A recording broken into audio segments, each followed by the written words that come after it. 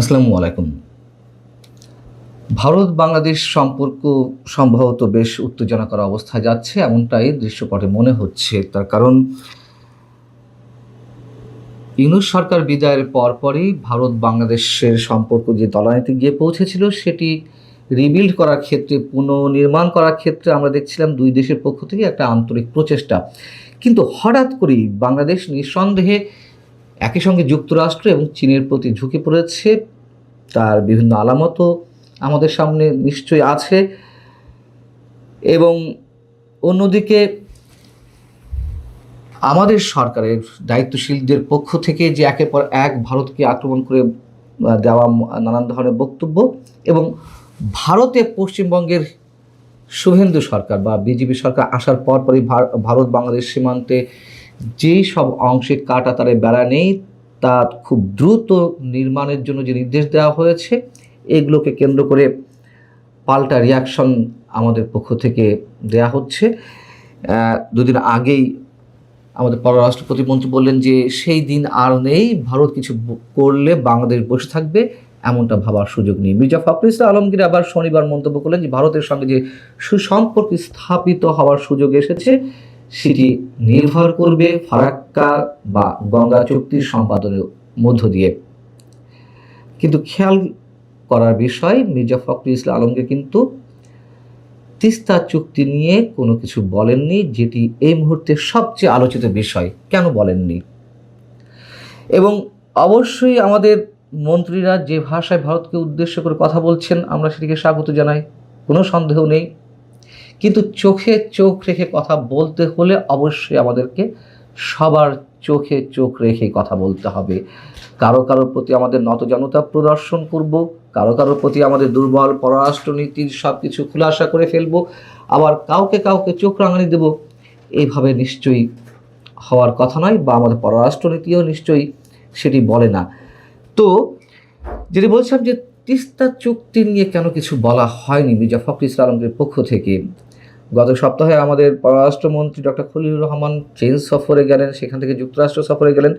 ধরে নেওয়া যায় যে তিস্তা প্রকল্পে চীন যে বরাবরই অর্থায়নের আগ্রহ প্রকাশ করে আসছে সেই বিষয়টি অনেকখানি চূড়ান্ত সিদ্ধান্তের পর্যায়ে গেছে। কিন্তু কথা হচ্ছে, চীনও কি এই প্রকল্পে অর্থায়ন করবে এমন সন্দেহ অনেকের মধ্যে রয়েছে। তার কারণ বাংলাদেশ যেভাবে ক্রমশ যুক্তরাষ্ট্রের পেটের মধ্যে ঢুকে যাচ্ছে, যুক্তরাষ্ট্রের বলয়ের মধ্যে ঢুকে যাচ্ছে, নিশ্চয়ই সেই বিষয়টিও চীন খুব ভালোভাবে নেবে না। আবার চীন এবং যুক্তরাষ্ট্রের প্রতি বাংলাদেশে যে সখ্যতা বা নতজানতা প্রদর্শন করা হচ্ছে সেটিও কি ভারত ভালো চোখে নেবে? নিশ্চয়ই তেমনটিও হওয়ার কথা নয়। তিস্তা প্রকল্পে ভারতও আগ্রহ দেখিয়েছিল। কথা হচ্ছে, অবশ্যই এক্ষেত্রে মানে দুটি দেশ যদি অর্থায়ন করতে চায় সেক্ষেত্রে ভারতেরই অগ্রাধিকার বেশি। তার কারণ যেই প্রকল্পে এই অর্থায়ন নিয়ে কথাবার্তা হচ্ছে সেটি ভারতের চিকেন স্নেকের কাছেই, অতএব তার নিরাপত্তার স্বার্থে তাকে কিছুটা অগ্রাধিকার দিতেই হবে।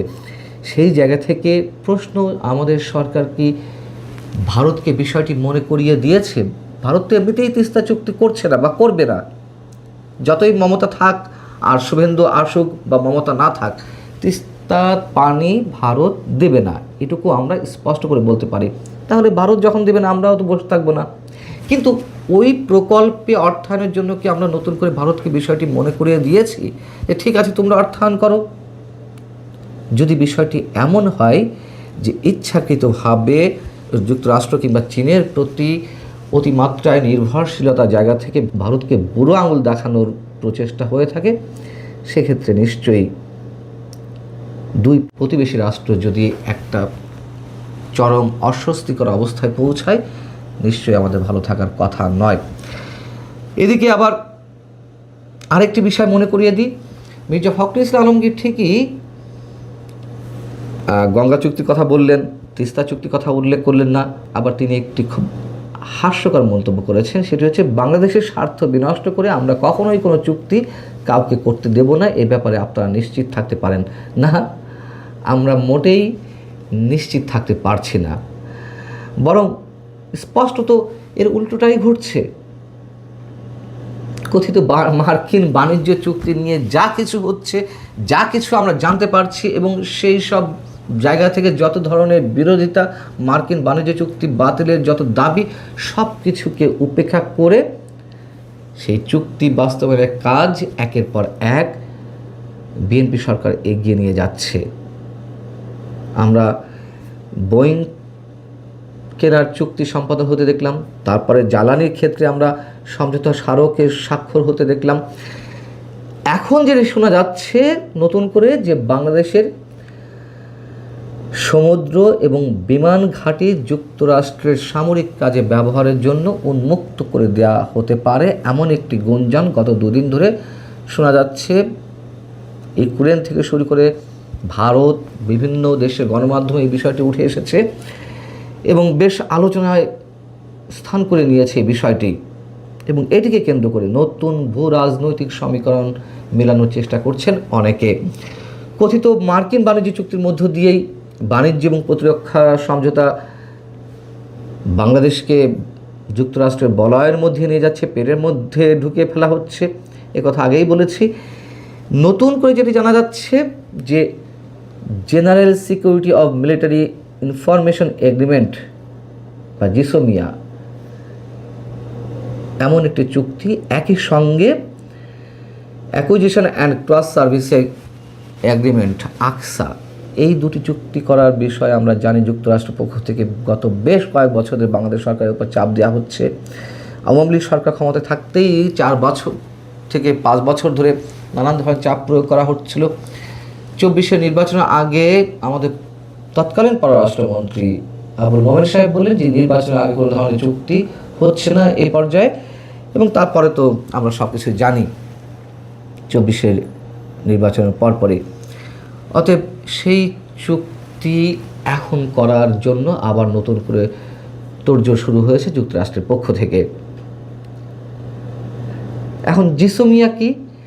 জিসোমিয়া হচ্ছে এমন একটি চুক্তি যাদের সাথে যুক্তরাষ্ট্রের এই ধরনের সমঝোতার মাধ্যমে সংবেদনশীল এবং গোপনীয় সামরিক গোয়েন্দা তথ্য এক রাষ্ট্র আর এক রাষ্ট্রকে আদান প্রদান করতে পারবে। আর ACSA, acquisition and cross servicing agreement, এটা কি? এই ধরনের চুক্তি যুক্তরাষ্ট্রের সঙ্গে যেসব দেশের রয়েছে সেই চুক্তির আওতায় মার্কিন বাহিনী খাদ্য, জ্বালানি, গোলা বারুদ এবং সরঞ্জামাদি বিনিময় করে থাকে। এখন মার্কিন বাণিজ্য চুক্তির মধ্যে রয়েছে যে জ্বালানি থেকে শুরু করে শাকসবজি পর্যন্ত বাংলাদেশ আমদানি করবে যুক্তরাষ্ট্র থেকে। আবার জ্বালানি কিংবা সামরিক সমরাস্ত্র এগুলো তার অনুমতি নিতে হবে অন্য কোনো রাষ্ট্র থেকে কিনতে হলে, এবং একই সঙ্গে আগে থেকে বাধ্যবাধকতা দিয়ে রাখা হয়েছে যুক্তরাষ্ট্র যেসব দেশের উপরে নিষেধাজ্ঞা দিয়ে রেখেছে সেই সব দেশের সঙ্গে বাংলাদেশ কোনো ধরনের চুক্তিতে যেতে পারবে না, বা সেই সব দেশ থেকে সমরাস্ত্র বা গোলা বারুদ আমদানি করতে পারবে না। সেক্ষেত্রে চীন একেবারেই ইনভার্টেড কমার মধ্যে রয়েছে এক অর্থে বলা যায়। অতএব চীন থেকে আমরা যে সমরাস্ত্র কিনে থাকি সেটি আপাতত আর কেনা যাবে না।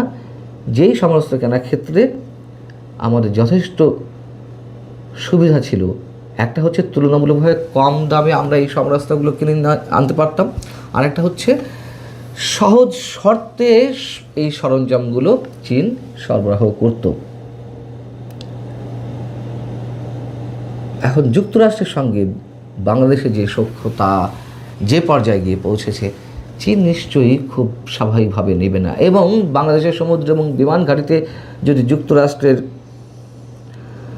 কৌশলগত উপস্থিতি বাড়ে সেক্ষেত্রে এটি ভারত এবং চীন কেউই খুব ভালো চোখে নেবে না। সব মিলিয়ে আমরা একটি জটিল ভূ রাজনৈতিক খেলার দিকে পা বাড়িয়েছি অথবা বাড়াচ্ছি।